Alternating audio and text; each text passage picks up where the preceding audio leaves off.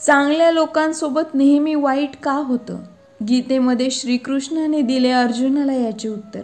श्रीकृष्णाने अर्जुनाला उत्तर देताना समजावली ही गोष्ट की माणसाला त्याच्या कर्माचं फळ नक्की मिळतं. गीता सार. तुम्ही हे अनुभवलं असेल की जो व्यक्ती चांगले कर्म करतो, चांगलं वागतो, त्याच्यासोबत नेहमी वाईट होतं.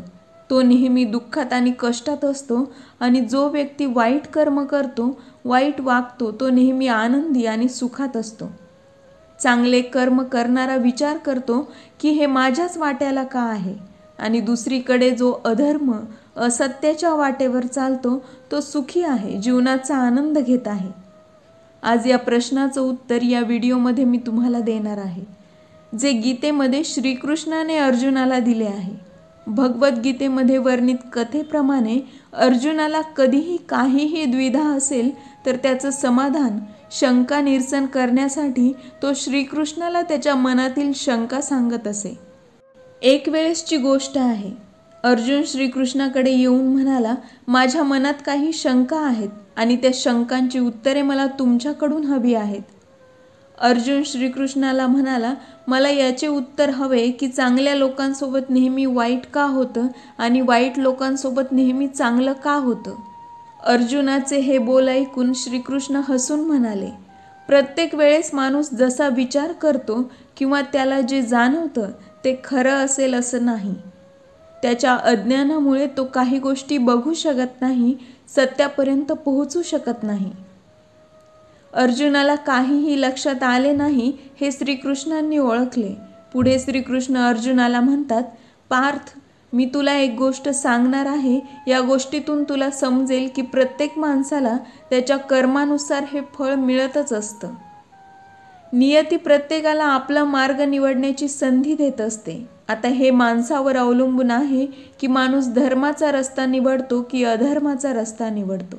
कथा सुरू करत श्रीकृष्णांनी सांगितलं, एका नगरात 2 व्यक्ती राहत होते.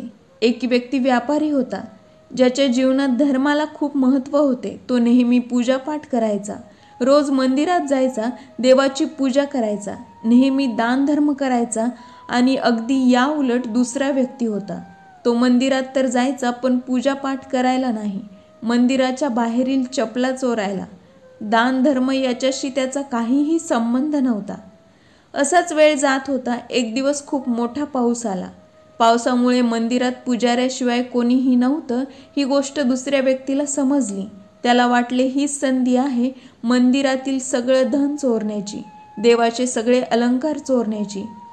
आणि पुजाऱ्याची नजर चोरून त्याने देवाची सगळी अलंकार चोरले. आणि त्याच वेळेस धर्मकर्मावर विश्वास ठेवणारी ती पहिली व्यक्ती मंदिरात पोहोचली आणि पुजाऱ्याची नजर त्याच्यावर पडली आणि त्याने त्या पहिल्या व्यक्तीला चोर समजले आणि तो आरडाओरडा करू लागला. लोक एकत्र जमा झाले आणि त्या व्यक्तीला खूप मारले. कसंबसं स्वतःला वाचवत तो तिथून निघाला, पण इथेही त्याच्या खराब नशिबाने त्याची साथ सोडली नाही. त्याची एका गाडीला धडक झाली आणि तो जखमी झाला.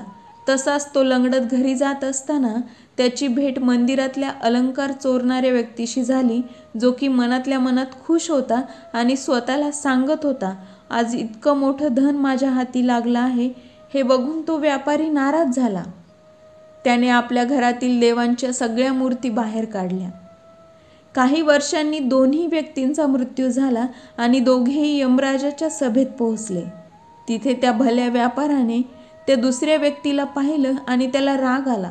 आणि व्यापाऱ्याने यमराजाला विचारून टाकले की मी नेहमीच धर्मकर्मावर विश्वास ठेवला, दानधर्म केला, देवाची पूजा केली आणि त्या बदल्यात मला काय मिळालं? अपमान आणि दुःख. आणि या व्यक्तीला काय मिळालं? वाईट कर्म करून सुद्धा धनाची पेटी. असा भेदभाव का? यमराज व्यापाऱ्याला म्हणाले, तू चुकीचं समजतो आहेस. ज्या दिवशी तुझी गाडीशी टक्कर झाली त्या दिवशी तुझ्या आयुष्यातला तो शेवटचा दिवस होता. पण तुझ्या चांगल्या कर्मामुळे तुझा मृत्यू तुझ्या छोट्याशा जखमेत बदलला. तुला या वाईट व्यक्तीबद्दल जाणून घ्यायचं आहे का? या व्यक्तीच्या भाग्यात राजयोग होता, पण त्याच्या वाईट कर्मामुळे राजयोग न मिळता त्याला छोट्याशा धनावर समाधान मानावं लागलं. आता गोष्ट संपल्यावर श्रीकृष्णाने अर्जुनाला विचारले, पार्थ, तुला तुझ्या प्रश्नांची उत्तरे मिळाली असतील. आपल्यावर देवाचं लक्ष नाही असा विचार करणं चुकीचं आहे. आपल्या प्रत्येक कर्मावर त्याची नजर असते. तो कुठल्या रूपात आपल्याला काय देईल हे मनुष्य समजू शकत नाही. चांगले कर्म करणाऱ्यावर त्याची नेहमीच कृपादृष्टी असते. म्हणून आपण आपले चांगले कर्म कधीही सोडू नये. श्रीकृष्णांनी गीतेमध्ये सांगितल्याप्रमाणे आपले कर्म कधीही वाया जात नाहीत, मग ते चांगले असोत किंवा वाईट असोत. ज्याप्रमाणे आपलं कर्म असणार त्याचप्रमाणे आपल्याला त्याचं फळ भेटणार आणि ते या जन्मातच भेटणार. म्हणून आपले कर्म नेहमी चांगले ठेवा.